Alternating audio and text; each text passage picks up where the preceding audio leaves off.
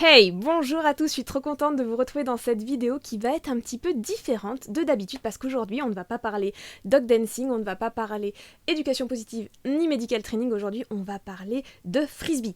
Oui, de frisbee, donc comme vous le savez, ça fait un petit moment que j'ai commencé une formation avec Canissimo, une super formation, et donc je commence le frisbee avec Rougaï et vous êtes beaucoup, vous êtes vraiment très nombreux à me dire « Allez Julia, on veut notre premier tuto frisbee !» Ok, mais cool les gars, parce que en fait moi je suis que débutante.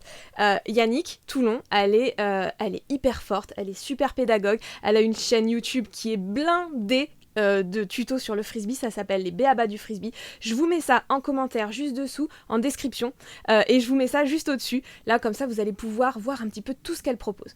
Il y a une première chose qu'il faut savoir, c'est que le frisbee, c'est une vraie activité avec son chien, mais il faut faire super gaffe. C'est comme le dog dancing, en fait, on fait pas ça n'importe comment. Il y a des choses à respecter, notamment la préparation physique du chien, parce que oui, vous allez hyper solliciter et ses muscles et ses articulations, donc il faut une vraie préparation physique pour le chien. En plus de ça, il y a des choses à respecter, des ordres à respecter dans l'apprentissage. C'est pas juste comme envoyer une balle, voilà, une petite chose qu'on peut faire dans son jardin avec son chien parce qu'il aime bien aller chercher ses jouets. Non, non, c'est vraiment une vraie discipline très complexe et vraiment géniale. Pour ma part, moi j'adore le dog dancing, mais c'est vrai que ce petit truc en plus, ça met beaucoup de peps d'utiliser le frisbee en plus. Ça s'appelle donc du frisbee freestyle quand on fait du dog dancing avec du frisbee. Quand on le fait en même temps. Rougaï, il a des très très bonnes aptitudes, et c'est vrai, j'ai un peu l'impression qu'il a fait la formation avant moi, et du coup que je suis un peu à la ramasse, parce que lui, il rattrape tout, il saute bien, parce que tout ça, c'est des choses qui sont à prendre en compte. Tous les chiens n'ont pas les mêmes aptitudes. Les chiens de berger, on va dire que voilà, ils ont peut-être des meilleures aptitudes, mais ça veut pas dire que les autres chiens ne peuvent pas en faire. Juste, il faudra peut-être apprendre différemment en fonction du chien. C'est pour ça que c'est super intéressant d'être accompagné par un professionnel, parce que en fonction de votre chien, le tuto, il va pas avoir le même impact et il va pas vous servir de la même façon.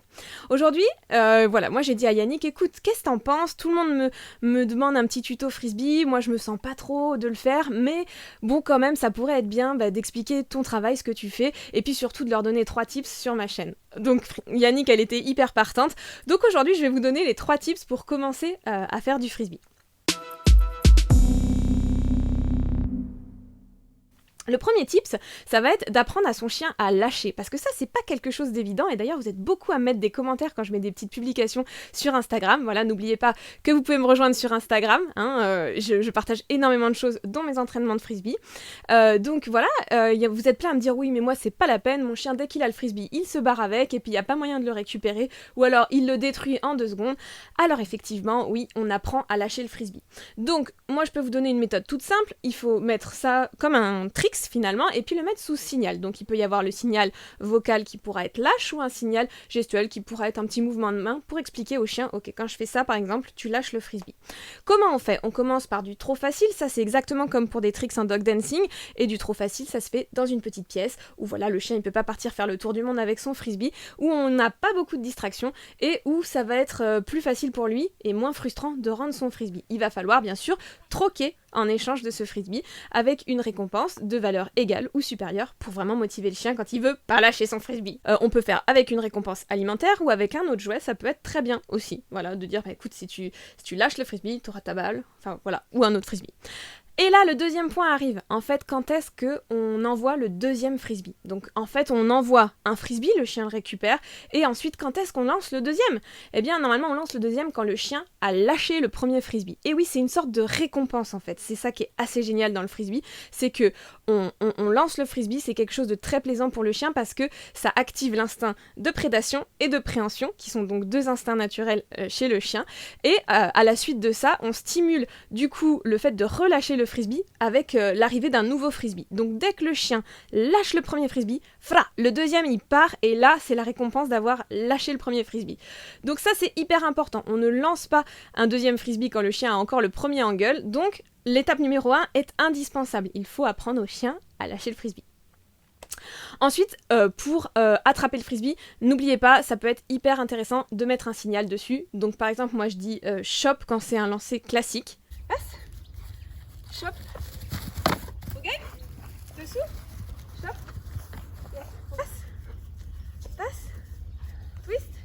Chop. Passe. Chop. En fonction des différents lancers qu'il pourra y avoir et donc des postures que le chien va faire, des sauts qu'il va faire, bien sûr il y aura différents noms, mais voilà, ça peut être bien de donner un signal parce que normalement quand un frisbee part, s'envole et qu'il n'y a pas l'ordre chop, votre chien il doit être plutôt sous autocontrôle et pas y aller. Voilà, parce que quand vous faites une chorégraphie, c'est aussi possible d'envoyer des frisbees qui ne doivent pas être rattrapés par le chien. Et aussi c'est important pour pas qu'il vous bouffe les doigts ou qu'il se jette sur le frisbee sans réfléchir parce que là il peut se faire mal et vous pouvez vous faire mal. Le troisième tip que je vais vous donner, c'est comment on débute un chien au frisbee. Alors en fait, on débute pas un chien au frisbee en lançant le frisbee, parce que déjà lancer le frisbee, ça s'apprend, et donc il va falloir vous entraîner sans chien.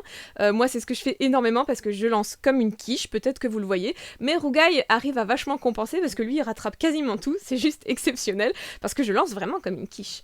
Mais voilà, en attendant de mieux lancer, il m'arrive aussi de temps en temps de faire un roller. Donc un roller, c'est qu'on met le frisbee sur la tranche en verticale et on va lancer le frisbee.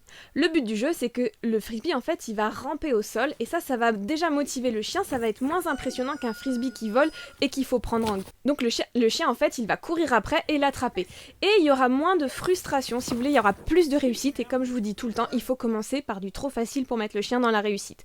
Parce que ça, ce point de faire un roller pour commencer, c'est super important pour pas éteindre la motivation du chien. Parce que si votre chien il arrive jamais à rattraper un frisbee, au bout d'un moment ça va le désintéresser. Le roller c'est plus facile et pour vous et pour lui. Donc pour mettre un chien sur le frisbee, on va dire qu'on va toujours commencer par du roller. Un dernier petit avertissement, on ne fait pas du frisbee avec son chien avec n'importe quel type de frisbee. Voilà, il faut un frisbee adapté. Pour ça, Yannick, elle a un super article, une super vidéo. Je vous mets tout ça bien sûr en description et aussi en haut. C'est super parce qu'il faut vraiment choisir le frisbee en fonction de la taille de son chien, de la mâchoire de son chien, de la sensibilité de son chien. C'est vraiment essentiel parce que sinon vous pouvez blesser votre chien et ça peut être aussi très désagréable pour lui si le frisbee n'est pas adapté. Donc tout ça, c'est très important avant de commencer. Et puis voilà, quand vous achetez des frisbees, achetez au moins 3-4 frisbees pour commencer, ça sera beaucoup plus sympa parce que le but du jeu c'est quand même de faire plusieurs enchaînements de lancers. Bref, j'en dis pas plus, maintenant c'est à vous de travailler, d'aller voir la chaîne YouTube de Yannick, d'aller voir son blog, c'est une mine d'or. Yannick elle fait aussi plein d'autres activités que le frisbee, donc n'hésitez pas à aller fouiller un petit peu partout sur ses réseaux sociaux. Vous pouvez la suivre sur Instagram, sur Facebook, c'est vraiment en plus une personne très gentille qui est très accessible, donc voilà, aucune hésitation et elle est en méthode positive bien sûr, sinon je la suivrai pas et je vous la conseillerais pas. Je vous fais des très gros bisous, on se retrouve très vite pour une nouvelle vidéo. Allez, salut!